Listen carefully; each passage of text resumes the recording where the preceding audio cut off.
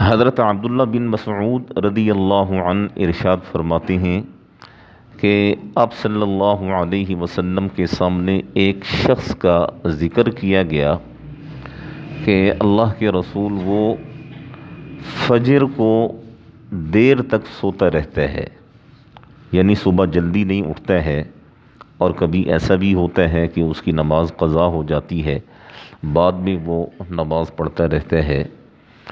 جس طریقے سے آج ہمارے ہاں ترتیبیں ہیں کہ رات کو دیر سے سونا اور صبح دیر سے اٹھنا، اور صبح بھی اس وقت اٹھنا جب سورج زوال کی طرف جا رہا ہوتا ہے، طلوع بھی ہو جاتا ہے، طلوع کے 3-4 گھنٹے بھی گزر جاتے ہیں، جب وہ زوال کی طرف سفر شروع کرتا ہے پھر ہم لوگ اپنے بستروں سے اٹھ رہے ہوتے ہیں اور رزق کے بارے میں سوچ رہے ہوتے ہیں۔ رزق کے بارے میں یاد رکھیں، یہ جو صبح کا وقت ہے یہ بڑا قیمتی اور بڑا زبردست وقت ہے۔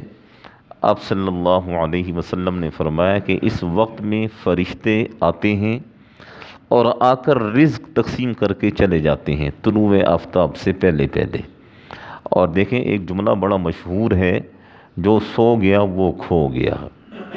جو وقت پر نہ بیدار ہوا پھر اس کا مقدر، اس کے نصیب بھی سو جاتے ہیں۔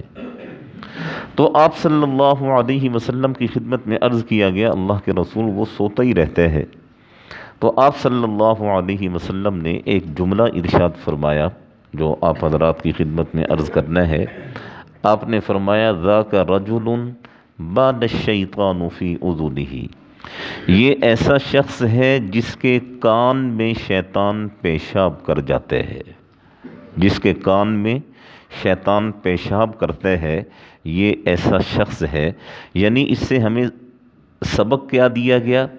سبق یہ دیا گیا کہ صبح جلدی اٹھنے کی ترتیب بنائیں۔ صبح دیر سے اٹھنے کا 2 زبردست نقصان ہیں۔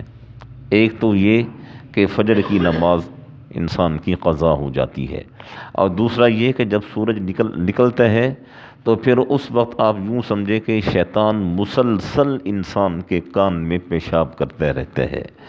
شیطان کا پیشاب جس کے کان میں چلا جائے گا وہ کیا ترقی کرے گا، کیا وہ سیدھے راستے پر آئے گا، کیا وہ تجارت کرے گا، کیا وہ کمائے گا، جو وہ کمائے گا کیا اس کی کمائی میں برکت ہوگی۔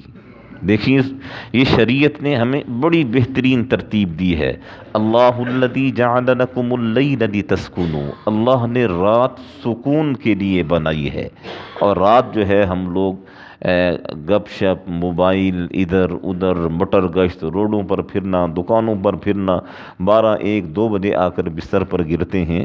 جو شخص 2 بجے سوئے گا وہ 4:30 بجے فجر کی نماز میں کیسے آئے گا؟ تو اس لیے ہمارے علماء کرام نے بھی جو ترتیبیں لکھی ہیں وہ یہی کہ عشاء پڑھیں اور سو جائیں، اور صبح جلدی سے جلدی اٹھنے کی کوشش کریں۔ جلدی سے مراد کم از کم تو یہ ہے کہ فجر کی نماز آپ جماعت سے پڑھیں، اور اس سے بھی جلدی اٹھنے کی کوشش کریں تاکہ فجر کو 2-4 رکعت تہجد کی آپ کو نصیب ہو جائیں۔ جسے تہجد مل گئی اسے سب کچھ مل گیا، یاد رکھیں، جسے تہجد کی توفیق مل گئی اسے سب کچھ مل گیا، اور جس کی تہجد گئی اور ساتھ فجر بھی گئی تو سمجھ لیں کہ وہ شخص، اس کا دامن بھی خالی ہے اور اس کا ہاتھ بھی خالی ہے۔ دعا فرمائیں اللہ جل شانہ ہم سب کو جلدی اٹھنے کی توفیق عطا فرمائے۔